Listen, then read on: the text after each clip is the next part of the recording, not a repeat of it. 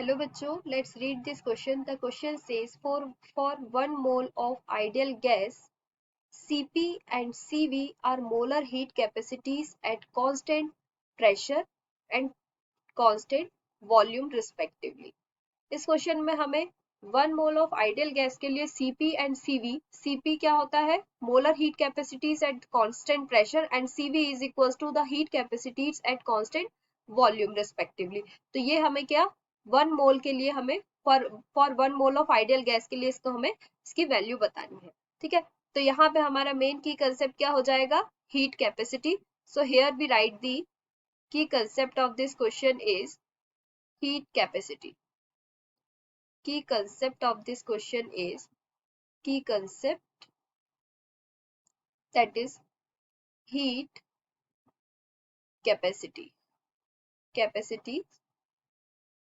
Okay, so first we write the equation.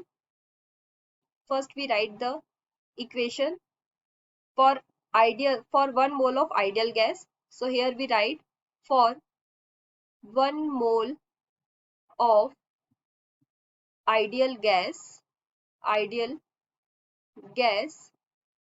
H equals to U plus PV.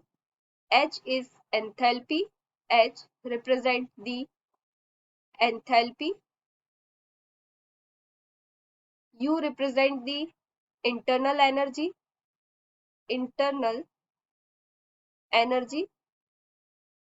and P represent the pressure, and V represent the volume. P represent the pressure and V represent the volume.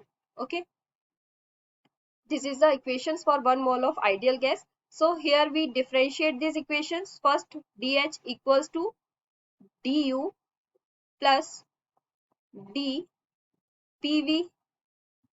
This is our differentiation. And for n, अब हम यहाँ पे इसको क्या कर सकते हैं? अगर हम यहाँ देखें कि 1 मोल की बात हो रही है तो हमारी NCP की जो हीट कैपेसिटीज है, अगर हम उसको 1 मोल के लिए कैलकुलेट करें या n मोल के लिए, तो यहाँ पे हमारी ये NCP की वैल्यू क्या हो जाएगी? DH by dt. Just a second. DH by dt and del H equals to, del H की वैल्यू क्या हो जाएगी यहाँ हमारे? NCP and dt. ये हमारी n की वैल्यू, del H की वैल्यू आ गई. और अगर हम CV की वैल्यू देखें तो CV क्या है? ये हमने NCP के लिए कैलकुलेट किया था एट कांस्टेंट प्रेशर पे, heat capacities at constant pressure and heat capacities and molar heat capacities at constant volume कितनी हो जाएगी? du by dt. तो यहाँ du की वैल्यू क्या आ जाएगी हमारे पास? हमें यहाँ पे du की वैल्यू कैलकुलेट करना है. हमारी इक्वेशन में क्या है? du. तो हमें du की वैल्यू निकालेंगे तो क्या आ जाएगी यहाँ पे? NCV into dt. ये हमारी du की वैल्यू आ गई. du. और यहाँ पे हमने dH की वैल्यू कैलकुलेट करी थी.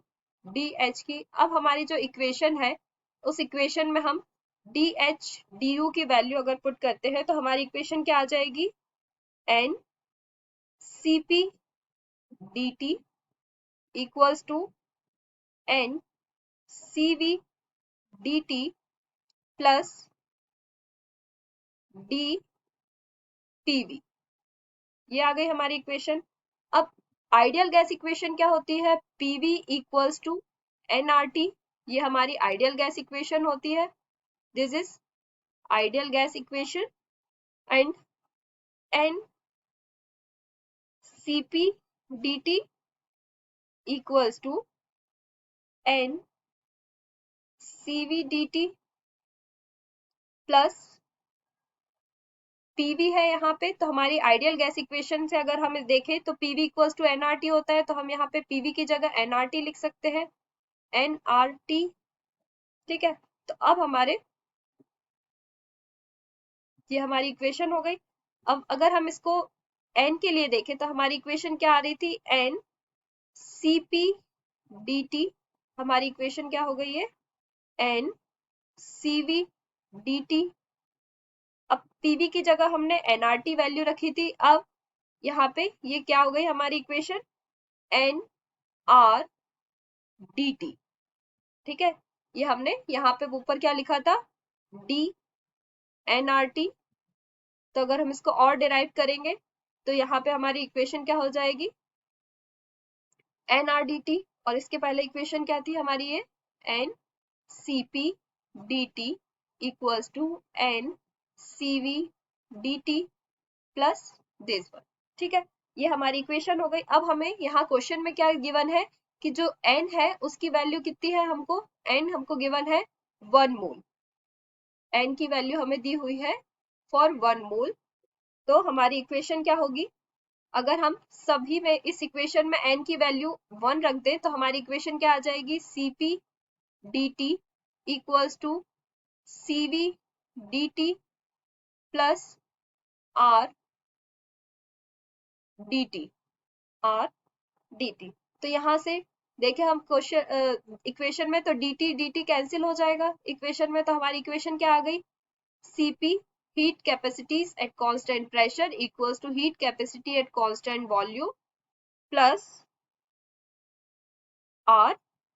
और हमें यहाँ पे क्या निकालना था, R की वैल्यू। तो हमारी इक्वेशन किस ऐसी हो सकती है, अगर हम रीअरेंज करें इस इक्वेशन को, R equals to Cp minus Cv।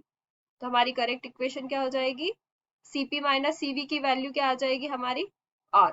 This is for 1 mole of ideal gas and we saw the option of this question, Cp minus Cv equals to R. So there is a correct option is option number 1 and here we write the answer. Answer option number 1 is correct. Cp minus Cv equals to R is correct answer. Hope you understood it well. Best of luck.